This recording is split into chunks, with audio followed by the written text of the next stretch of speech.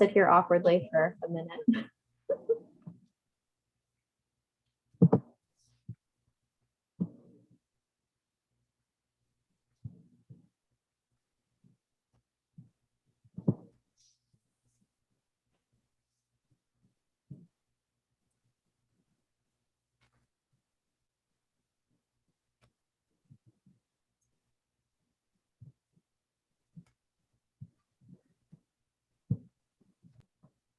I'll just give it another 30 seconds.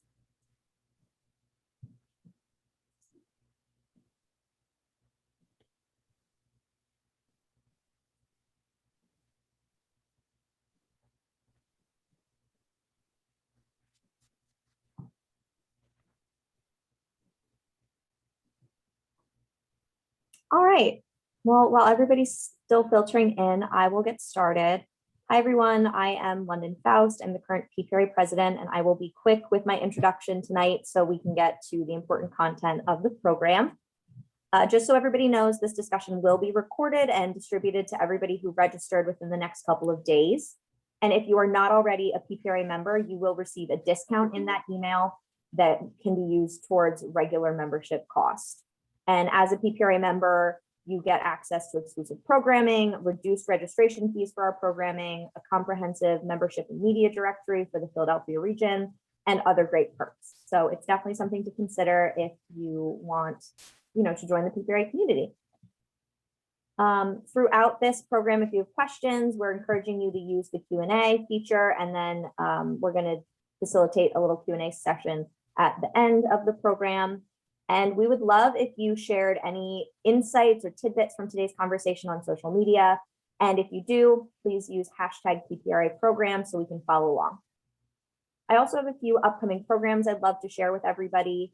First, I'd like to encourage everyone to sign up for our PPRA annual meeting, which is happening next Thursday, June 24th at 5:30.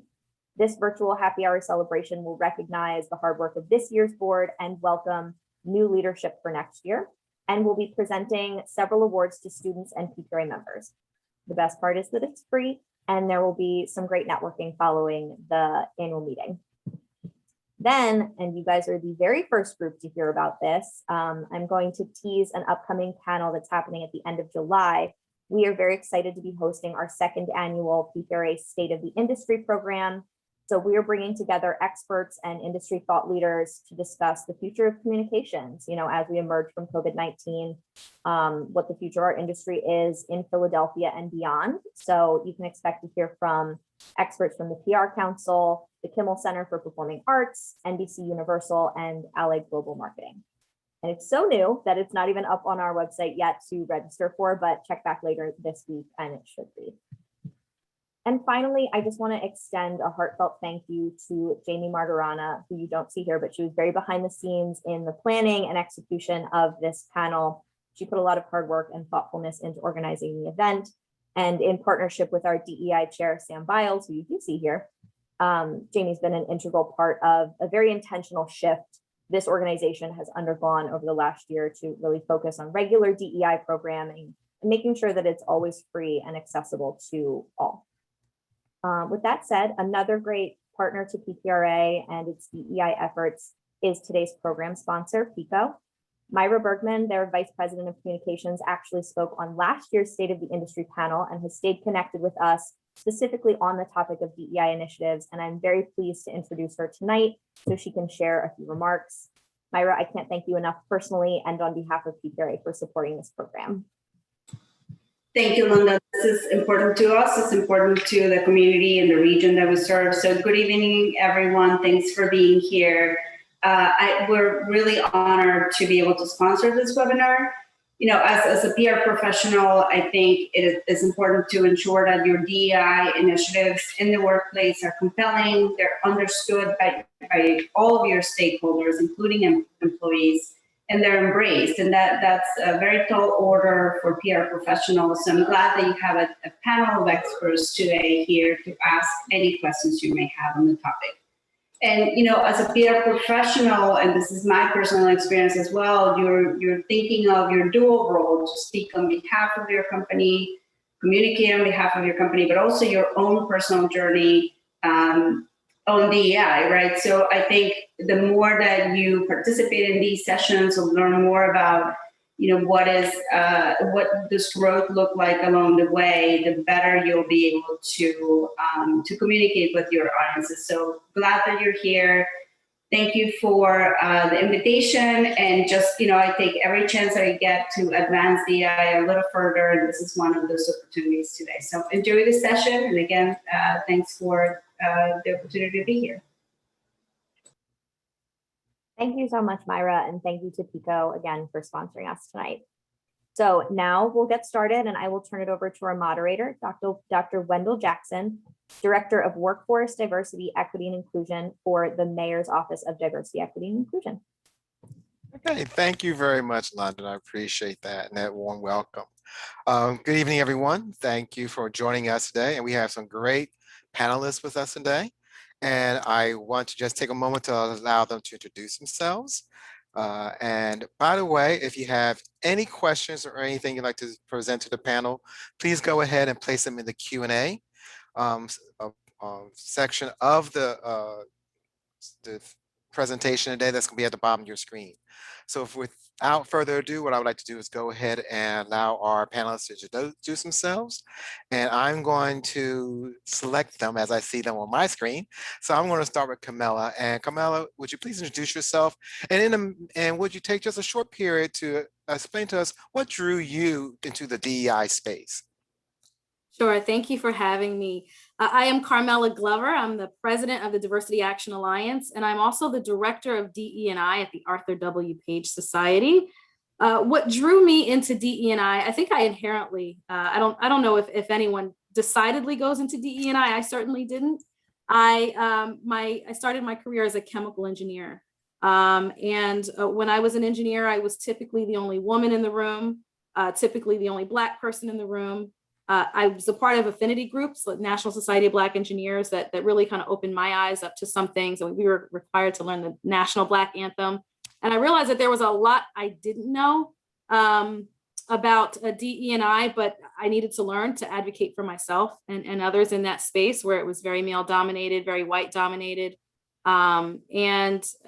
As I worked my way up the career field, I fell into it. It just was natural. I had to advocate, and I fell into those projects. So that's how I got into DE&I, and I love it. Oh, thank you very much. I appreciate that. Next, I'd like to introduce our next panelist, Liz, if you would. Yeah. Thanks, Dr. Jackson. My name is Liz Semon. I'm an associate vice president at Vault Communications, and I also lead our DE&I efforts here. The way I sort of fell into DE&I at my previous job, I worked at Big Brothers Big Sisters Independence Region, which is the Philly chapter of the youth mentoring organization, for about 7 years doing in-house marketing and communications, and was just really impressed at their DE&I efforts and programming, and their trainings and communications over the years were really impactful and important to me. And I realized after learning how much I didn't know.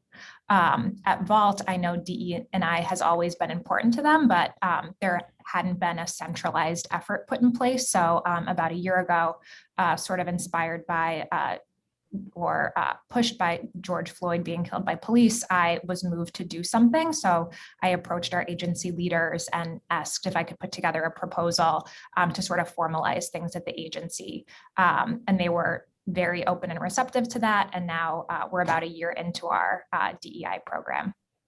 Okay, great. Thank you very much for that. And finally, last but not least, I'd like to present Jameel Rush, if you would share some information with us and introduce yourself.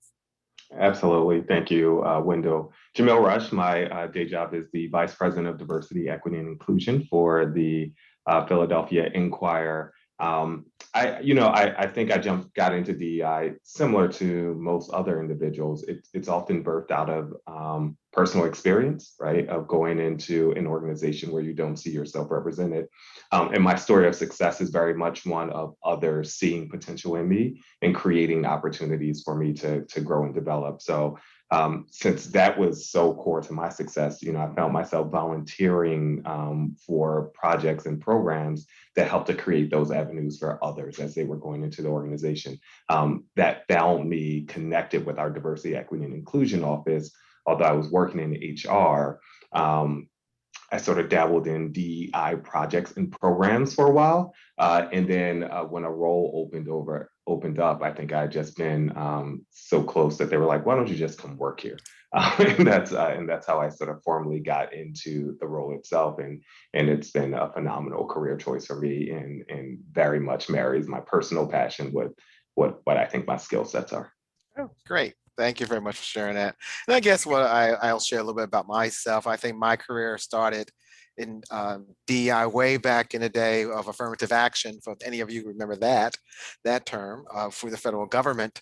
And because of my passion for it, the fact of where I was located, the fact of being one of the few men of color in my career field, I ended up working for the Department of Defense in some of those capacities as a dual role.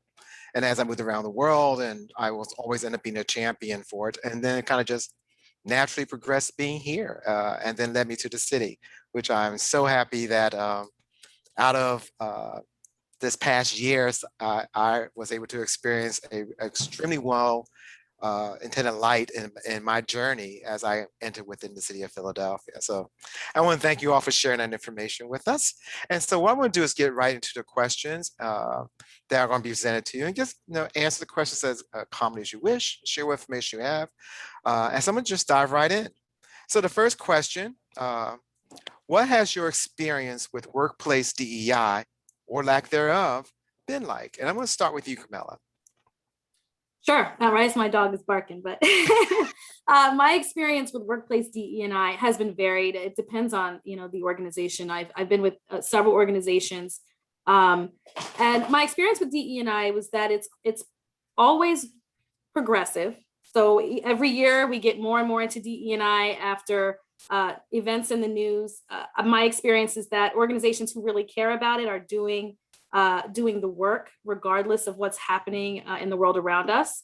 And there are some organizations who are kind of catching up. They're reacting to what's happening. And so that's been my experience. I think that's probably most people's experience.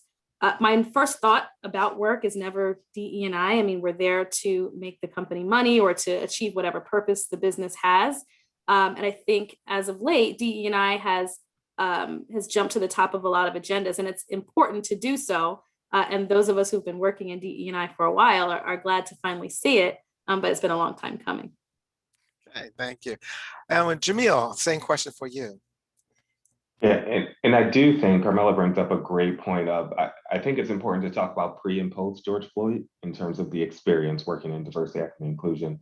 Because I think if you look before George Floyd's murder at the progress or lack thereof that we saw across many organizations, you saw a lot of lip service is what I'd say. And that's not to say that people didn't care, but the reality was when it came push to shove about making difficult decisions of, I'm going to commit to representation within my leadership, or I'm going to shift the way that we operate as an organization or an institution, or we're going to really look critically at our culture and what we consider to be norms and whether or not that's truly an inclusive environment. The statistics before George Floyd showed that we weren't making a lot of progress there. So that's not calling out any individual institution. That's just looking holistically across the country and in some ways the globe. Since George Floyd's murder, accountability has ratcheted up on many, many different levels. And that accountability exists inside of organizations. People like Liz going up to her leadership and saying, we have to do this better. This is something that we need to change.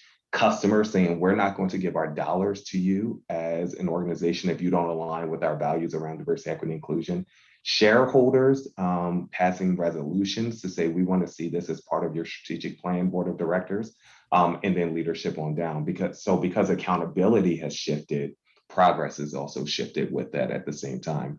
So D&I has sort of gone from something I think that was nice to have to critical to have if you want to survive as an institution. So that pre and post experience is really important to see, and we'll see how much of this is sustained energy and how much of it is flavor of the month. But I'm optimistic that this is sort of a change in the guard.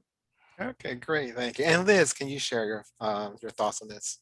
Yeah, not a lot left to say. Jameel and Carmella did a great job covering it, but I agree with everything that you said. I've also had a varied experience. You know, when I first started my career, my first workplace, I don't think had any DE&I initiatives in place. That was, 12 or so years ago. Big Brothers Big Sisters, as I mentioned, did, and I think they serve a diverse client base, so that might have led to it, but that was really great. My current workplace, sort of dabbled in it before, and now the past year has more of a concerted effort. And I agree that I think moving forward, that's going to be hopefully the norm. And I think when going off of what you said, Jameel, like when employees are looking for new workplaces, I think that's going to be something they look for too. What does the company have on their website, or what are they telling me in their interviews about what they're doing with DE&I? And I think it's, me as a white woman, that's just as important to me as someone else. So I hope that it is something that becomes sort of the new standard, and that it is a sustained effort and not just a flash in the pan. Okay, thank you. And I like the fact that I'm hearing the commitment to your workforce, commitment to your customers when we're looking at DEI. One of the things that I think is outstanding as when we look in the city of Philadelphia is our mayor, who has made a commitment to DEI efforts within our workforce, within our city, and within our communities. And his effort actually shows the importance of being able to support all of our communities within the city of Philadelphia, and also ensuring that everybody understands that commitment, and that and to your point, Jameel, that it's not something, so to say, as like just a flash in the pan, so to speak, that it's something that could go forward and continue as we move forward in our society. So thank you very much for that. So my next question to the group: why is inclusivity in the workplace important to you? And I'm gonna start with you, Liz. Yeah, so one of the goals of our DEI program at Vault is to foster a sense of equality and belonging. And I think inclusivity is super central to that idea. We want our employees, our current employees, and our future employees to be able to bring their authentic selves to work and to feel comfortable doing that. And I think inclusivity will help and enable people to do that. So building an inclusive environment is important and central to that. Great, thank you. Carmella? So inclusivity is important to me, mostly because if diversity is not going to matter, and it's not going to last, if those who are sitting around the table don't feel comfortable to contribute, don't feel like they are valued when they speak up, even if they are allowed to speak up, if their ideas are, fall on deaf ears, that is the definition of exclusivity, right? And again, coming from an engineering background, we had to be inclusive especially when you're doing something like I worked for Johnson & Johnson, and we're making drugs that are going into people's bodies. We've got to kind of come together and come to the right solution and the best solution. That means that everybody's going to have to say what their ideas are, what their thoughts are. And some of the ideas are going to go to the wayside, but you need to hear all of them, because somebody's going to have a perspective that nobody else has. And so inclusivity is important for innovation and for getting to the right solution for the organization. Absolutely, great idea. Jameel? Yeah, and I think that's so true, right? Of this, we talk about diversity and inclusion as if it's one topic, but the reality is they're very different topic areas. And diversity being the mix of individuals, and inclusion being about how do you make that mix work together. And we often look at the business impact related to having diversity within your organization. And you're only able to realize that increased innovation that Carmella spoke about, or those stronger results or higher levels of engagement and productivity from having diversity if you've actually created an environment where everyone feels like they can be and bring their whole selves every day. So inclusion is about, not just adding people to the room, but changing and shifting that culture where you actually can capitalize on the backgrounds and experiences and the expertise of those individuals that you bring into the room. So to me, it's critical around the business case. And the moral imperative is always there. We should always be doing D&I because it's the right thing to do. But the reality is it makes a difference to the way that you operate as a business, but it only makes a difference if you're hitting on both of those topics, diversity as well as inclusion. Okay, that's good. That's a very good point. And I do have a question. Excuse me. What have you seen in your organization with what your organization has done to make people feel included within the workforce? And I'm gonna start with you, Carmella.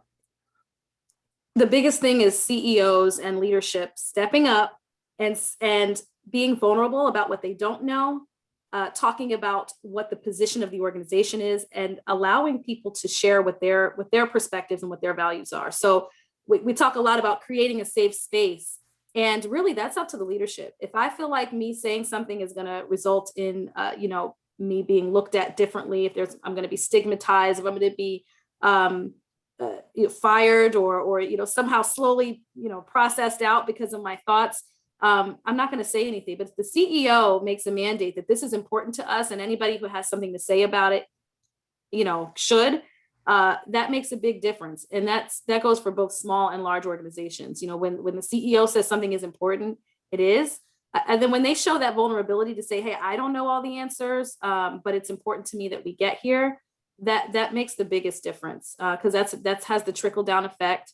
Just like when the CEO says, okay, we've got to get $50,000 in new business this year, everybody makes it happen. If he says that diversity, equity, or she says that diversity, equity, and inclusion is important to us and it's part of our metrics, everybody makes it happen.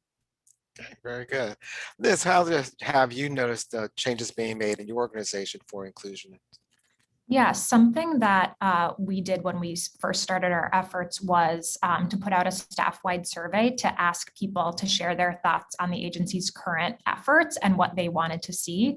So it was anonymous and optional, but just about the entire staff participated. And I think it being anonymous, people felt free to say what they wanted to say. But we also shared the results, like aggregated results, not like quoting someone, but it's a way of holding ourselves accountable and saying, here's all the different concerns that were brought up. And we also said, this is what we're planning to do to address them. And then on a quarterly basis, we're continuing to check in with staff and sort of hold ourselves accountable and letting them know, voice your concerns, continue to voice them. And we want you to know that they're important to us and we're going to keep addressing them and do things to make things better. Okay, thank you for that. And Jameel, I'm gonna ask you a little bit of a different twist on that question. What workplace initiatives have you implemented or experienced that were impactful? Yeah, and there's a few things that I think that have been really meaningful in terms of my work with it. One is shared vision and alignment around the executive team in terms of what diversity and inclusion really means for us, diversity, equity, and inclusion in our case. So that real tough conversation around, okay, this can't just be a reactive thing because everyone else is doing it. What does this mean for us? And we had that conversation at my prior employer, as well as where I'm working today. We sat down to say, okay, here's our vision, and here's how it ties into our organization, whether that's through our culture or our coverage or our community efforts at the same time. That shared vision then turns into organizational commitments that we've been able to make. So commitments that are tied to executive performance reviews. Liz and Carmella just mentioned this, really saying that everyone on our exec team has diversity and inclusion goals and targets. And if they don't meet them, they're dinged for it, right? In the same way that you don't meet your financial targets, or for us, our subscriber goals, if you don't meet your diversity, equity, and inclusion targets, you are also underperforming as a leader. So that creates the accountability and the shared ownership of the work. So it's not, Jameel, what are you doing around diversity and inclusion? It's, senior leader, what are you doing to hit your goals this year? And that is inclusive of diversity and inclusion. So that's been really core for us. So when I come back and say, hey, this is the initiative that we're doing, it's going to help you reach your goals, that level of engagement from those leaders is completely different, because now it's beyond, oh, I'm doing this because whether or not you personally agree, are bought in, or you understand, and I hope that all of our leaders do, you're held accountable against it. So people do it because it's a goal to be met. And that's made all the difference for the tactics that have flown downstream. Okay, great. Dr. Jackson, can I just add something really quickly there? Another thought that I had as Jameel was talking was that having leadership in place that really cares is one thing, but being able to sustain those policies and those efforts when that leadership leaves, inevitably, because they depending on the organization or the type of business that you're in, leadership transitions out quickly. Creating policies that will outlast the leadership in place will be helpful in maintaining those. And I've seen that that implemented really helps, especially in the performance reviews, as Jameel was saying, performance reviews and just standardizing how we include diversity KPIs in our reporting and in our regular business reviews. That will help for it to be a part of the company's culture and not just one passionate leader, championing DE&I efforts. And then when they leave, they bring it to their next company and it falls apart. Okay, that's absolutely correct. Putting something in place that's goes beyond the standard 5 years of a CEO that actually impact the organizations is crucial for this effort to work. And then you mentioned earlier how you actually went to your leadership to get things started. And how did some of those things, what were some of those things that were impactful to the organization and with your experience? That question is to me. Yes. So some of the, I'll start the program now that I'm really proud of has 5 different subcommittees. So I think something that was really helpful to us and that I would encourage others to do who are maybe just starting as well. We invited all staff the opportunity to get involved with our DEI initiative. And I believe 70 or 80% of staff stepped up immediately and wanted to do something. So we have sort of this big DEI committee, but then 5 subcommittees that we formed that are executing on different levels. One of those areas, or I guess 2 of the subcommittees are focused on education. We have a training subcommittee, and within the first year, we were happy that we were able to implement foundational DE&I and unconscious bias trainings. Something that was really important for us that we realized was a lot of staff had never had any formal DEI training or education. So for us, one of the most important things to implement off the bat was sort of setting this great foundation. And then from there, we have a DEI media club. So sort of like a book club that's a volunteer basis that's every other month to continue education, but also to help us learn how to have difficult conversations, because that was another area that we identified. People haven't been educated about it. And as a result, they're nervous to talk about it. They don't know what to say. It's uncomfortable topics. So we have these conversations every other month after watching a documentary, a podcast, or watching videos. And there's been such a huge change from the first month we did it until now with how people feel about participating and, comfortable speaking up and stating their minds. So that's been really cool that we've implemented within the first year. Hey, great. Some great things there. I really like the fact that you were able to encourage your entire staff to get involved in this effort. Because it does take, like I say, it takes a village, so to speak, to get some of these things accomplished. And I also like the fact that one of the things that your team identified is that training is as a foundation. That's one of the things that we in the city have actually started to embrace for our mid-management or our leadership, is helping people to understand it. Because to your point, Liz, not everybody is aware of a lot of the terminology that's out there, how they use this unconsciously, and how they interact with individuals.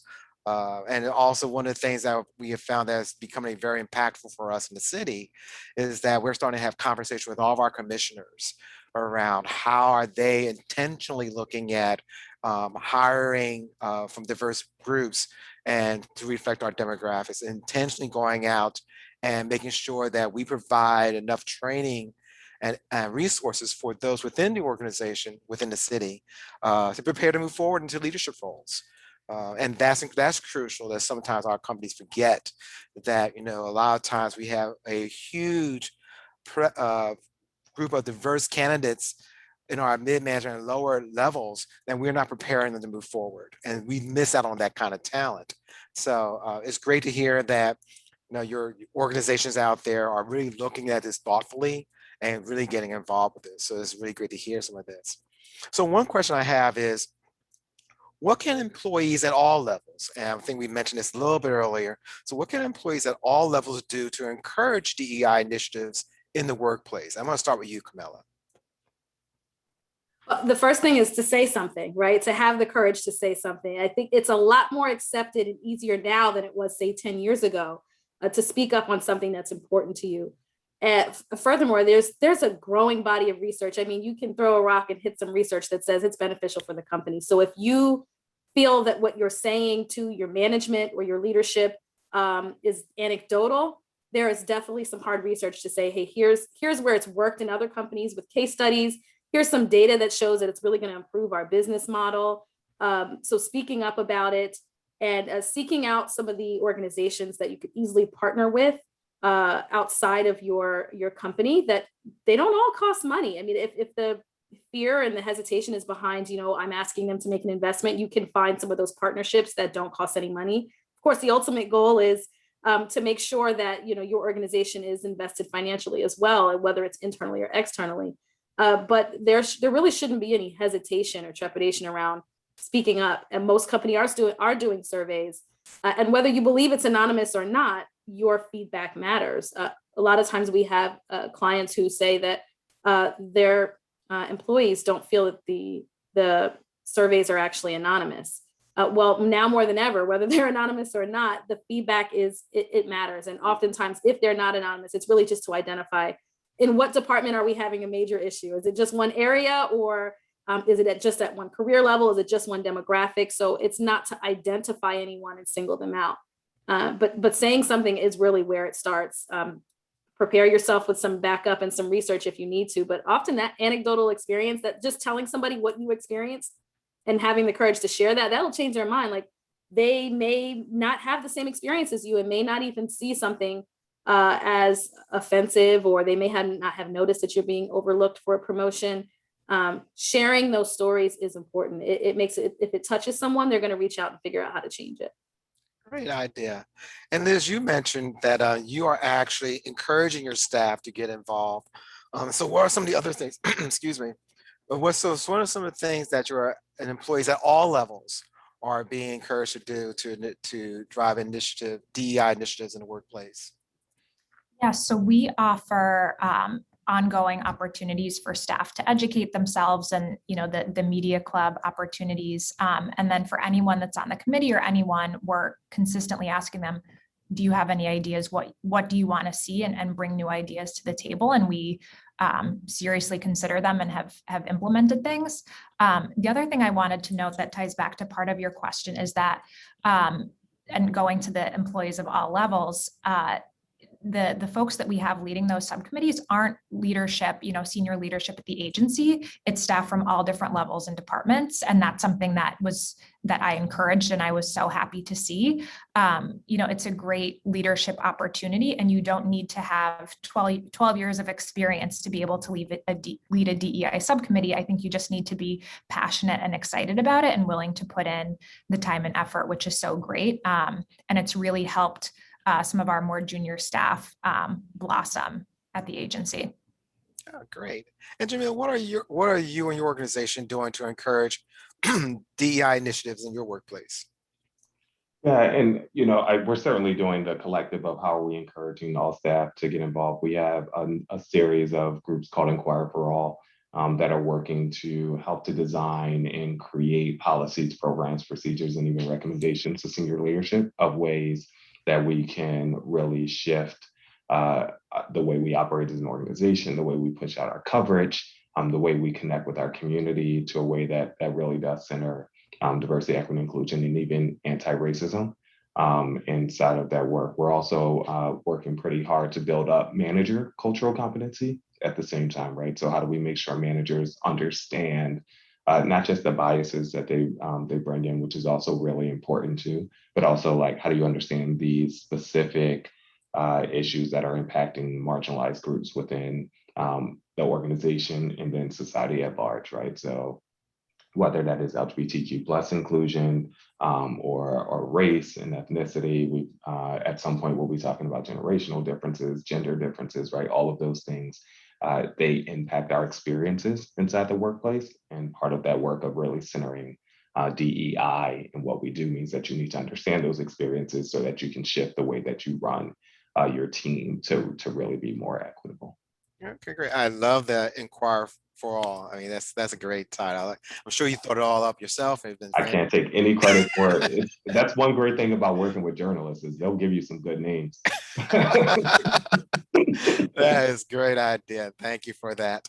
My next question I'm going to pose to you, Liz. Excuse me. Whether it's journalists or PR professionals, what's the value of DEI to communication professionals? Yeah, so coming from an agency, I'll say that DEI has proven to be hugely important to our work. We work with clients across all different verticals. We're producing work for them. We're doing writing on their behalf. They come to us for counsel and strategy. So we need to be educated to be able to provide the best possible work for them. If we're writing something on their behalf and addressing a type of member population, we need to know the most recent terminology, what to say and not say. Or sometimes we're editing a letter from a CEO and we'll see major red flags there that we need to be able to address with them and let them know, like, no, you can't say this or think about this, or, well, you haven't said anything about this before and this seems performative. Are you sure you want to do this? So it's really important for us. And I'll say that over the past year, especially in 6 months, we've had more and more clients come to us with DEI related questions and counsel. So it's been important for us. Our DEI committee and the initiatives that we have been helpful internally, but have also helped make our client work stronger. Okay, thank you. And Jameel, same question to you. What's the value of DEI to communications professionals? Yeah, and specifically in our line of work in journalism, if you think about the role of journalism, we're centered around holding powerful figures accountable, right? Whether those are individuals or institutions or governments, we create voice for people who often are voiceless. So if we're not centering equity, diversity, inclusion, anti-racism in that work, we run the risk of increasing the marginalization of those communities.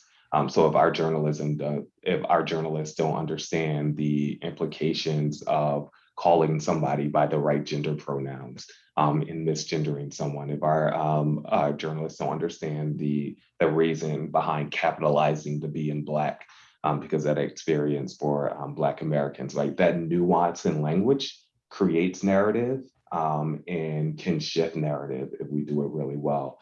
So that's one of the reasons I'm here, is like there's power in what we do for the individuals that work for our institution, and there's power in the content that we push out, right? And it truly makes a difference for the day-to-day lives of people, and the day-to-day lives of the communities that we're attempting to serve. So it's core critical to our mission. And to add on to that, it's critical to our growth. Because if we only speak to one demographic or one segment of the population, we won't be sustainable as a paper, even though we're not paper and online, a journalism organization. So those things are critical to long-term growth for the organization, of really understanding the communities that we're speaking to. Okay, thank you. And Carmella, excuse me, and what is your take on the value of DEI to communication professionals? We have an increasingly complex stakeholder group. And as communicators, we're crafting brand messages, we're protecting brand reputations, and we need to make sure that we could resonate with these stakeholders in a way that's kind of the communications function superpower, right? So different than marketing, we're focused on the relationship with our stakeholder. Marketing is focused on making sure that we can drum up dollars from that. And at the end of the day, before you can drum up dollars, you have to have a good relationship with your stakeholders. So it's important that we are really, as we're in the business of changing hearts, minds, and behaviors, we have to truly understand what matters to our stakeholders. And because there's so many intersectionalities now, and our consumers and clients are informed, we kind of have to stay one step ahead of them. Again, our superpower as communicators is that we can intercede. So in an environment right now where outside of work, it's very polarized, very politicized. As communicators, we can intercede and explain, we can dispel, misinformation, explain things in a way that people who aren't, wordsmiths can't do. So it's important for us to really understand the complexities of diversity, every facet of diversity, so that we can resonate with our communities, depending on what organization you represent or what executive you represent, based on their values and purpose. The communicator sets the pace for the organization, because we're crafting those messages. So it's important that we, in protecting the brand, that we hold the organization accountable, because what we're writing, what we say has to be true. It's communications 101, tell the truth. And I appreciate that. I think that what you're saying is spot on about the impact of communications in the DEI world. I mean, just as something as simple as the young lady who was videotaping what was going on with George Floyd to actually win a Pulitzer Award for that.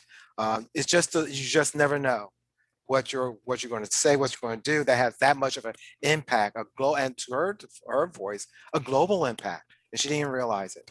And for those who are actual communication professionals, where this is your day in, your day out, being sure that you are aware of the impact of your words and your thoughts is something that needs to be taken into consideration at all times. So I'm glad to hear all this from you. So I'm gonna go to my last question. So I'm gonna start with Carmella, so listen closely. What challenges does the communications media relations industry present in implementing effective DEI initiatives? I would say getting outside of our box. So we've been doing DE&I initiatives in many organizations for a long time, and we've been doing them the same way, and they don't work. What is really required is, I think, Ellen McGirt recently put it in one of her Race Ahead articles, and it really made me think. It's called radical collaboration. We have got to come together and reach outside the industry to see what's being done. I think it's status quo at this point to have ERGs and D&I councils and action plans and statements. The work really starts with truly understanding the barriers for diverse professionals in communications, and deciding to just do it. So there's always red tape, there's always policies, and the organizations who get it right, they just get it done, and they do it with the originality and creativity we expect from any campaign that we would execute for a client, right? We come up with the most creative and compelling of campaigns for our clients. We should do that in our own organizations to the end of DE&I. Okay, thank you for that. Liz, I pass that question on to you. And I'll say it again, just in case you may have Oh, I'm good. I'm good. Okay, good. When I was thinking about my response, I went in a completely different direction than Carmella, who sort of brilliantly explained her thoughts on that. But something that, coming again from an agency, that's been an issue for us that we've, I think, been able to address is the constantly changing terminology and, progressively updating terms. And we've talked about this a little bit throughout the panel. But something that we did to try and address that is our training subcommittee put together this really robust word choice deck, and we presented it over the course of 2 trainings, but we covered different areas like race, ethnicity, and language, poverty and incarceration terms related to the LGBTQ community, and accessibility. We offered it as an optional training to staff, but I think about 90% of folks attended. And then we also put together an accompanying glossary with all the terms that were covered. And we found it very useful in our work and client work. And we're going back every quarter now to see what's new and, keeping up with trends and articles and updating that, and then pushing out changes to our staff on an ongoing basis to try and keep up with the latest and not get behind. Okay, great, thank you. And Jameel, what challenges does the communications media relations industry present in implementing effective DEI initiatives? Yeah, Wendell, I'm not as good as Liz, so I always no, I think there are 2 big things that will continue to be challenges. One is the polarization. There was a generation of time where there was safety in the middle, right? I could not say too much one way or the other, kind of straddle the fence a bit, and that was safe. That's not a safe space for organizations to be in. And if you aren't speaking out, someone will ask you directly what your opinion is. And if you're caught on your heels, not being prepared to have that response, you have run the risk of, whether it is an individual or an organizational message that you're putting out there, you run the risk of isolating yourself as an institution. And then there was always this worry of like, oh, well, I alienate a group of people if I say this. The reality is yes, right? Like, you also alienate a group of people if you say nothing. So you might as well be clear about what your values are as an institution and clearly articulate them and let the hits come where they may. So I think that will continue to be a challenge, because it is uncomfortable for leaders to actually have voice on things that are seen as hot button topics. But that is where we are forced to be as an institution these days, and it will continue to be forced that way. So that's one. The other piece that I think also is part of that is sort of this perspective and privilege piece that comes with it. And as we shift to a more equitable lens in the way that we communicate messages, that means those of us who are in places of privilege are no longer centered in those messages. And that can be really uncomfortable if you are a male and used to messages and language being centered around a male perspective. Now being open to individuals who identify as women or non-binary individuals, then you start to question, why are they using they? Why can't you just use she, he, or whatever it is? I don't understand this, right? Like that starts to become really uncomfortable when you're no longer the central point of how you message those things. So getting people to a point where they just expect that their point of view is not the standard anymore, and it is one that's more inclusive of other perspectives and point of views will be a challenge, because that is a learning curve that needs to happen within from communications professionals, but also for the readers. And getting readers there is also a pretty big challenge as well. Okay, thank you. And I do like the fact that when you bring up the fact that one of the new skills that our leadership needs to have is the skill of being comfortable with being uncomfortable and being in that space. And that's one of the things that, whether we like or not, that is the new norm for us. We have to be able to do that. So I want to take this time to thank you all for this wonderful conversation. It's been informative and invigorating for us. And I want to turn it over to Samantha to see if we have any questions for the panel. Thanks, Wendell. And I just want to echo, thank you to all the panelists for participating in today and sharing so much insight and knowledge onto their experiences with DEI in the workplace. So I'll go ahead and just jump into the Q&A questions that we have. One of the questions that are here are, what can employees do to feel more empowered to discuss their experiences in the workplace and then use those experiences to drive change? I'll start off with Carmella. Sure. I would say to feel more empowered, get some practice, talk to folks in your life first about it. And, if again, it depends on where the hesitation and trepidation is coming from. If it's, I don't know if this is going to come off right, or I'm afraid if I say this that, people will disagree with me. 9 times out of 10, people don't know what you're thinking, and they're going to be open to hearing what you have to say. But if, I guess in my perspective, there's a lot more cushion nowadays around saying what's on your mind, and it's expected, especially from a Generation Z who's just coming into the workplace. The expectation is that they're going to come in and they're going to say what's important to them, and they're going to be loud about it. And so even as we have young professionals coming in, I tell them, people are expecting you to say something. So if you feel a certain way, voice it. And there is also a lot more of an appetite for embracing what the workforce is saying. Not just a top-down approach, but let's hear what our employees have to say. I think empowerment really does have to come from within. And if you're in a place of work where you feel uncomfortable, either speak up or get out. I mean, if it's a place that's worth it to be at, you should want to make that workplace better.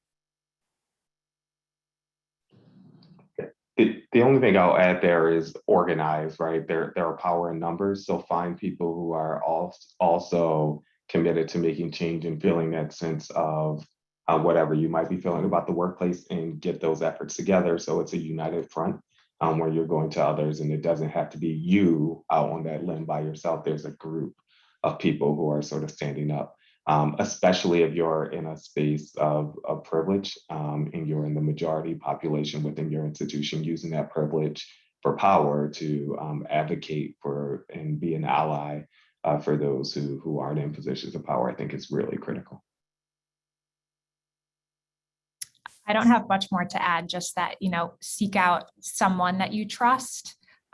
If you're so nervous about it, to bounce ideas off of, and maybe ask if they can be an advocate for you too. So sort of what Jameel was saying too about getting a group together. But if you're nervous about going on your own, just find at least one other person you trust. And I think if you like the organization, there should be at least one person you trust. Yeah, I would agree with that. Power in numbers. I think that's definitely helpful in making sure you have if just one person to support you and back you up, that can be all the difference in just moving forward. So thank you for all those answers. Another question here is just on engagement. And I think where this individual is coming from is that with DEI and anti-racism, and when we get into some of those trending words, they're big words and they can seem a little intimidating. What would you all recommend in terms of just getting past the fact that they may be intimidating and just starting something? Jameel, I'll start with you. Yeah. And I don't know that I have a magic wand for it outside of just start, right? I think they become harder when you go into it cold. So do the work around educating yourself. Don't go straight to your closest Black coworker and be like, can you talk to me about anti-racism, right? That will blow up in your face, FYI. But if you actually spend some time, read the books, listen to the podcast, watch the YouTube videos so that you get a much deeper understanding of the topic area, that's helpful. And then, there are safe spaces that you might want to join in of people who are like-minded, where you can have and be a part of some of the dialogues in non-critical ways. There are Slack channels, there are community groups within social media sites. Like, there are a lot of places where people are having these dialogues. There is the organization here where people are talking about it, right, within this organization. So joining them and having them in a much less critical space will help you when you have to have those more high risk, and I don't mean to like overstate what it is, but where the conversations actually can matter. I think that's where it becomes critical. And just know that it takes time to understand, and any new muscle that you're building takes time to build.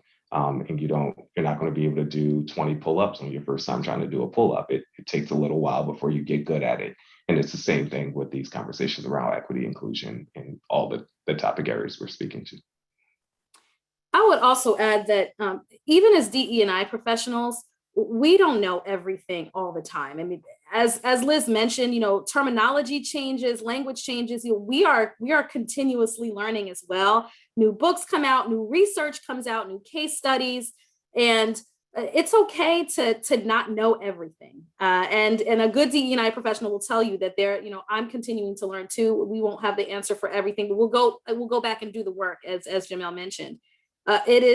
It's okay to ask the questions that might be a little bit deeper, that might be more uncomfortable, because a reasonable person is not going to expect everybody to know everything. Sometimes in the DE&I world, we get caught up in terminology and things that we say, kind of DEI jargon that some folks are just not familiar with. And I think that can be intimidating. So even as DEI professionals, I did a talk the other day talking to a smaller organization about ERGs, and someone didn't know what an ERG is, and that's okay. And I think for me, ERGs, I'm like, they've been around forever. If you don't know what that is, I don't know what rock you've been under. But at the same time, for many organizations and for many people, they've never had to think about this before.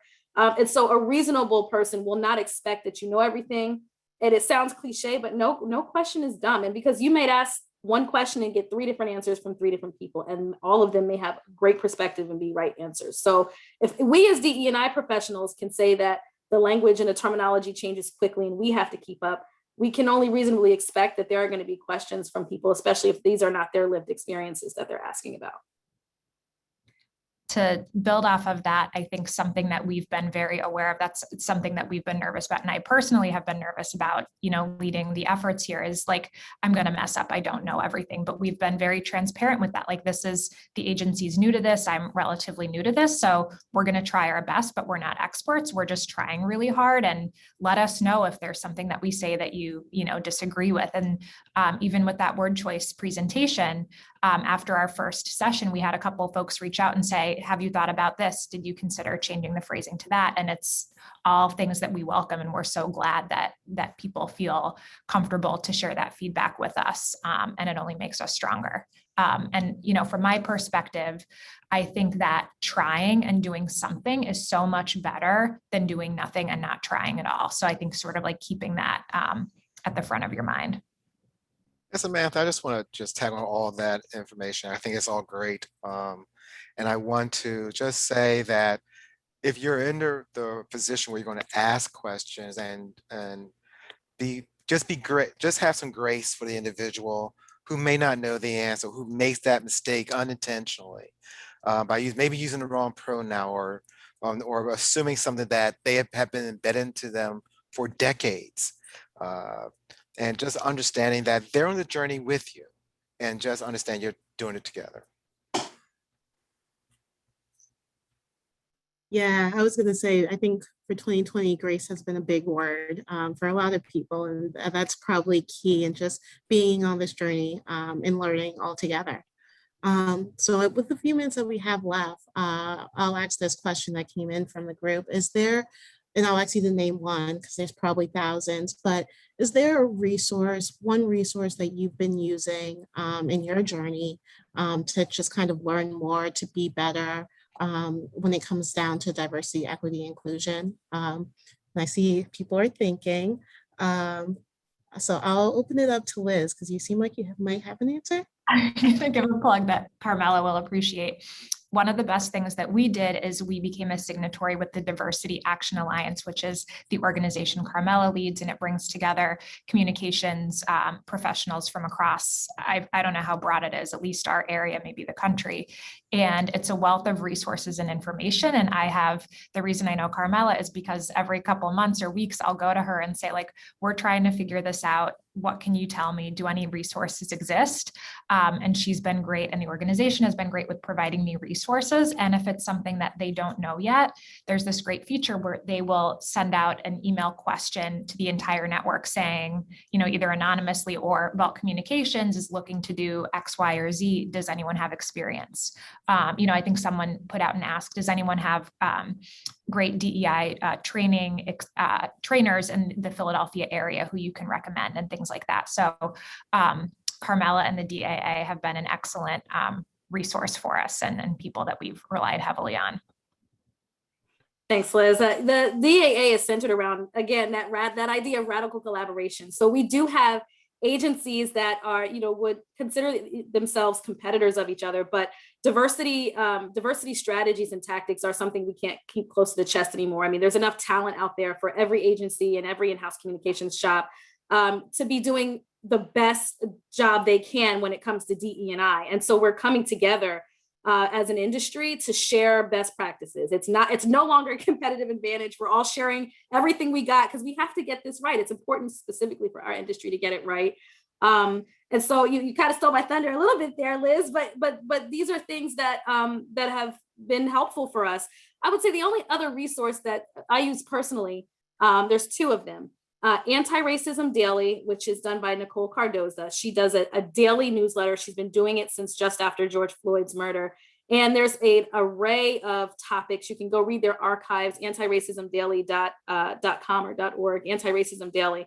They have an Instagram, which is more palatable if you like to scroll through it. I like the website and the newsletters personally, but they have topics on every single aspect of diversity. I mean, they don't just stick to anti-racism. I mean, that's very heavily the foundation. The other one is accessibility guidelines for communication. So the PRCA and PR Council put out a guidance document on accessible communications. And it's been helpful for us because as we've brought together organizations all over the country, really all over the world, we've got almost 300 organizations that are part of the DAA network.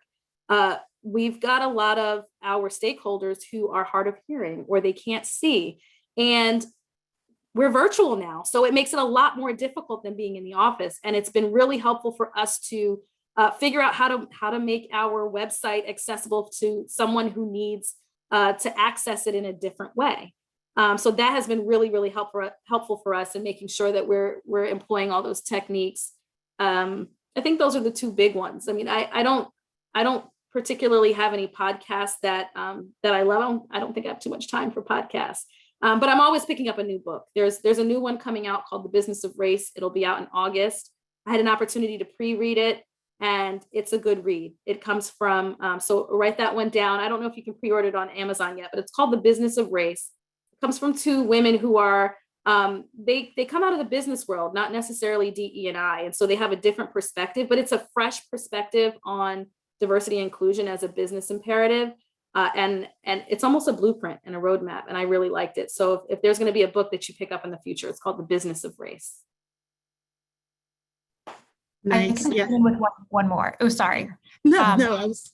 Rachel Cargyle, I never know if I'm pronouncing her last name correctly, and it's on me for not looking further into it, but she has her own Instagram handle and leads an organization called The Great Unlearn. And she will sort of look at messages or trolls on the internet and sort of dissect what they're saying in a really digestible way and help you learn, like, this is why you shouldn't say things like this. This is what they're getting at. And I've found her lessons very educational. Thanks, Liz. Yeah, Carmella, that book's going on my list. And Liz, I have new people to follow on social media. So that'll be my job for the weekend. Jameel, Wendell, I'll open it up to you two to kind of share your one resource that you're using now or have used before that's trusted and true. Yeah, and apologies for not giving you one, but I think if you haven't already read Dr. Kendi's work, How to Be an Anti-Racist, I think that's critical. It's core to this mission. He's also started some great work with the Boston Globe around a new paper that they're launching. I would encourage you to take a look at it. It's really, really insightful. For those of you who are communication professionals, there are a lot of style guides out there that help give guidance on inclusive language, like the Conscious Style Guide, that can help you to learn like what language can be potentially problematic, harmful, and how you can potentially shift the way that you write to build more inclusive language. That's always helpful. There's another one, Privilege to Progress, which was started by the two women who recorded the men in Starbucks when they were arrested by the police. They started a consulting practice around how to be anti-racist advocates and allies. I like their social media channels as well as their work. And then one that's not directly related to diversity and inclusion, but I've always found it really helpful, is Hidden Brain. That's a podcast on NPR that talks about sort of social science and thought processes. It often has adjacent topics to diversity and inclusion and helps you to change the way that you work and operate and see the world. So those are mine. Wendell? Yes. So there are so many out there. One of the resources I've used in the past is the National Diversity Association or Diversity Council. They have a lot of chapters across the United States, and Philadelphia actually has a diversity council here. I used to be a member of it. I'm still a member of it, but I used to be a leader within it. And this just offers a lot of opportunity to learn from everybody else, doing panels like this. Even during the pandemic, we were still running panels and discussion groups. So if you want to get us and we can actually connect and network with others within the DEI community, the National Diversity Council is one of the things that can help you out there too. Awesome. Well, I'd like to thank you all again for participating and sharing resources and insight and knowledge and just adding to this conversation. I think everyone who joined in today is taking their steps into this journey and to diversity, equity, and inclusion, including myself. So thank you all for just being open and candid and sharing your thoughts with our group here today. Just for everyone who's still in the audience, thank you for joining. As London mentioned, we have our annual meeting next week, and the DEI committee is looking forward to putting on a few more events this year. So visit ppra.net for the latest updates on upcoming events and programming that we'll have for the year. Thank you all and have a good night. Thank you. Thank you. Thanks for having us. Thanks.